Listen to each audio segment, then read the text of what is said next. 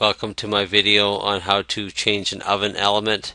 This is the bottom element in our oven that it started to melt. You can see by the red arrows where it started to crack there. It started to crack there and it dropped down and it was touching the bottom of the oven, and then it would make some really dangerous sounds when the oven was on, so I decided not to use the oven until I changed the element. So the first thing I did was I went to the breaker panel and I turned off the breaker. The second thing I did was I unplugged the socket from the wall.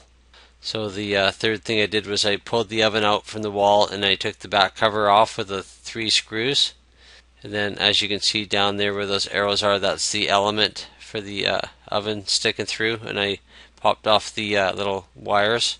You can see the little clips that go on there. They just pop off really nice and easy. You have to wiggle them back and forth. And then I took the wire and I made a little loop around it so I knew which one went where, so that one was the right one.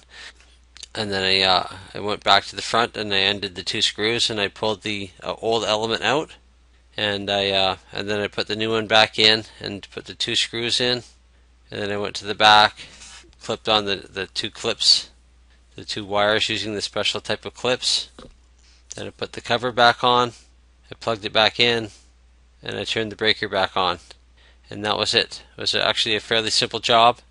It was actually it was harder to clean the oven, so when I had the element out and I knew I didn't have to take care of it, I just scrubbed the oven down. Our smoke alarm would go off all the time because of all the grease in there, and I just went to the dollar store and got this $2 can of oven cleaner. It seemed to work good.